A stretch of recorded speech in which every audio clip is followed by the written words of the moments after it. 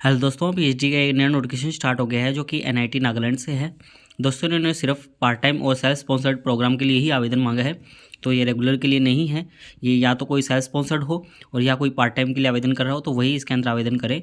दोस्तों इन्होंने कुछ प्रोग्राम बताए हैं जिनके अंदर के आवेदन मांगे गए हैं, तो ये काफ़ी सारे हैं, वो हम आपको एक एक करके दिखाएंगे। और दोस्तों ह्यूमैनिटीज़ के भी कुछ सब्जेक्ट है। दोस्तों आगे यहाँ पर इन्होंने डिपार्टमेंट दिया हुआ है और स्पेशलाइजेशन दिया हुआ है, एरिया ऑफ रिसर्च और एलिजिबल डिसिप्लिन कौन कौन से हैं तो वो भी इसके अंदर दिए हुए हैं। तो हम एक एक करके आपको दिखा देते हैं। तो सिविल इंजीनियरिंग के अंदर इन्होंने स्पेशलाइजेशन दिए हुए हैं काफ़ी सारे, जैसे कि structural engineering, environmental engineering, concrete technology, काफ़ी सारे हैं। और एलिजिबल डिसिप्लिन कौन कौन से हैं तो बीटेक आपकी सिविल इंजीनियरिंग से होनी चाहिए और एमटेक भी आपकी रेलिवेंट डिसिप्लिन से होनी चाहिए। इस प्रकार से आप आगे भी देख सकते हैं। कंप्यूटर साइंस एंड इंजीनियरिंग, इसके भी साथ में दिया हुआ है कि कौन सी डिग्री लगेगी। आगे electrical and electronics engineering, electronics and communication engineering, electronics and instrumentation engineering, mechanical engineering, science and humanities के भी कुछ सब्जेक्ट बताए गए हैं जिनके अंदर की मैथमेटिक्स, फिजिक्स, केमिस्ट्री, ह्यूमैनिटीज़। तो आप देख सकते हैं स्पेशलाइजेशन साथ में दिए हुए हैं और कौन सी डिग्री चाहिए। एमएससी चाहिए मैथमेटिक्स के अंदर या स्टैटिस्टिक्स के अंदर हो, ऑपरेशन रिसर्च में हो, ऐसे ही फिजिक्स के लिए भी उसी की फील्ड की डिग्री हो।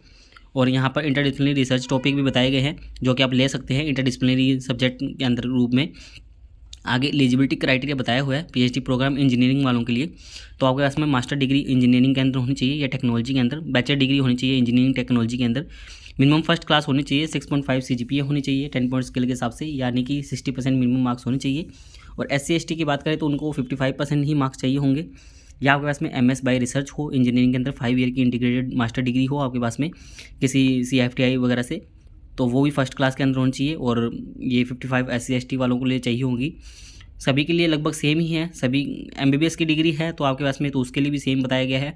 और एलिजिबिलिटी क्राइटेरिया क्या है साइंस और ह्यूमैनिटीज़ वालों के लिए, तो उसके अंदर बताया गया है कि मास्टर डिग्री साइंस ह्यूमैनिटीज़ के अंदर हो, ME MTech हो, MS बाय रिसर्च हो, इंजीनियरिंग BS MS वगैरह के अंदर 5 ईयर की इंटीग्रेटेड डिग्री हो, CFTI से हो, ये बताया गया है। और एलिजिबिलिटी के अंदर मिनिमम मार्क्स 60% ही है, सेम ही है फर्स्ट डिवीजन के साथ में। और SC ST वालों के लिए 55% है।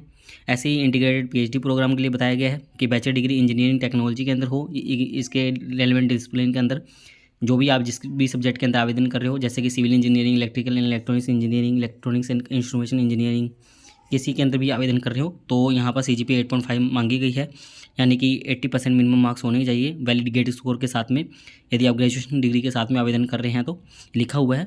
और यदि आपने CFTI वगैरह से की है, NIT वगैरह से, IIT वगैरह से की है तो आपको गेट स्कोर की रिक्वायरमेंट नहीं है, आप डायरेक्ट ही इसके अंदर इंटरव्यू दे के एडमिशन ले सकते हैं, एग्जाम्प्टेड रहेंगे आप इसके अंदर। गाइडलाइन बताई गई है इंटरडिसिप्लिनरी रिसर्च के लिए, तो ये आप अच्छे से रीड आउट कर लीजिएगा कि आप इंटरडिसिप्लिनरी के अंदर आवेदन कर रहे हैं तो आपको रिसर्च प्लान बनाना होगा 250 to 300 वर्ड का, तो ये आपको यहाँ पर देना होगा। और ये पूरा रिक्वायरमेंट यहाँ पर लिखी हुई है तो आप अच्छे से रीड आउट कर लीजिएगा इनको।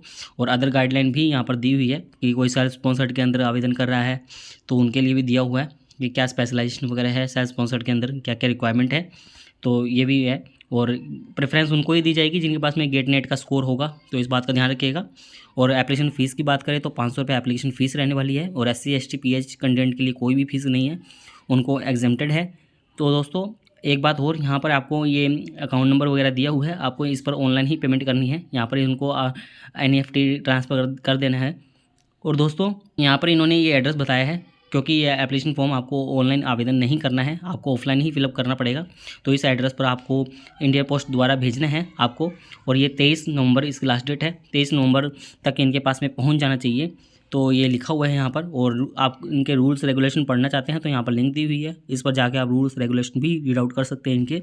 अब दोस्तों हम आपको एप्लीकेशन फॉर्म भी दिखा देते हैं जो कि आपको यहाँ पर फिलअप करना है और इनको भेजने हैं, क्या क्या डॉक्यूमेंट साथ में अटैच करने हैं तो वो भी हम आपको बता देते हैं उसी एप्लीकेशन फॉर्म के अंदर। तो दोस्तों ये एप्लीकेशन फॉर्म है इनका जनवरी सेशन के लिए, तो आप देख सकते हैं।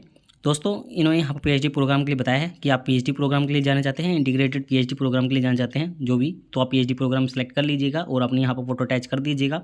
और आप जिस भी डिपार्टमेंट के लिए आवेदन कर रहे हैं तो उस पर क्लिक कर दीजिएगा। और दोस्तों उसके बाद में दोस्तों यहाँ पर मोड ऑफ एप्लीकेशन लिखा हुआ है कि आप फुल टाइम सेल्फ स्पॉन्सर्ड के अंदर जाना चाहते हैं या पार्ट टाइम के लिए। आपका अपना नाम, father name, date of birth, age, gender, और आप पीएच कंटेंट हैं या नहीं है, कैटेगरी क्या है, नेशनलिटी क्या है, मोबाइल नंबर, ईमेल आईडी, और आपको सभी अपने जो भी स्टडी की है 10th के बाद से जो फिलअप कर दीजिएगा। लेटेस्ट से ओल्ड में जाइएगा, जैसे मास्टर डिग्री आ जानी चाहिए, फिर ग्रेजुएशन ऐसे करके जाइएगा। और एग्जामिनेशन रिजल्ट भी आपको यहाँ पर लिखना है सभी का, कि क्या परसेंटेज रहे, कितना CGPA वगैरह आया आपका, और एडिशनल कोई क्वालिफिकेशन है जैसे कि गेट नेट वगैरह, तो वो आप यहाँ पर फिलअप कर देना। आपको प्रोफेशनल एक्सपीरियंस भी डाल सकते हैं, और अपने UG PG का कोई प्रोजेक्ट था आपका, वो टाइटल डाल देना है। इंटरेस्टेड एरिया भी डाल देना है आपको, क्या इंटरेस्टेड एरिया है आपका, स्पेशलाइजेशन किस में जाना चाहते हैं, यदि आपके कोई पेपर्स वगैरह पब्लिश हुए हैं तो वो भी, और यहाँ पर आपको क्या क्या इंक्लोज करना है साथ में, तो वो भी यहाँ पर लिखा हुआ है। यहाँ पर 500 रुपये फीस पेमेंट करनी है, और एड्रेस दिया हुआ है किस पर पे करनी है, और ट्रांजैक्शन ID, इशू बैंक और अमाउंट वगैरह लिख दीजिएगा। और यहाँ पर आपको अपने 10th की सर्टिफिकेट अटैच करना है, और ये पेमेंट की रिसिप्ट अटैच करनी है। सी नंबर पर लिखा हुआ है कि आपको 12th की और ग्रेजुएशन की, पोस्ट ग्रेजुएशन की, और गेट नेट का कोई सर्टिफिकेट है वो, डॉक्टर्स का सेल्फ PH जो कंटेंट है तो उनके लिए है ये। और बाद में कम्युनिटी कैटेगरी सर्टिफिकेट, आपको एक्सपीरियंस लेटर, और कोई self attested government ID proof, और रिसर्च पब्लिकेशन है वो भी यहाँ पर अटैच करना है, और डिक्लेरेशन फॉर्म है, और आपको अपना साइन करके डेट वगैरह लिख के इनको सेंड कर देना है, सभी जो भी रिक्वेस्टेड डॉक्यूमेंट है उनके साथ में।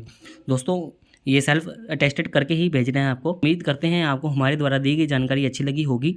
यदि आपको हमारे द्वारा दी गई जानकारी अच्छी लगी हो तो आप हमारे चैनल को सब्सक्राइब कर सकते हैं, और आप हमसे टेलीग्राम पर भी जुड़ सकते हैं ऐसे ही PhD से रिलेटेड नए अपडेट के लिए।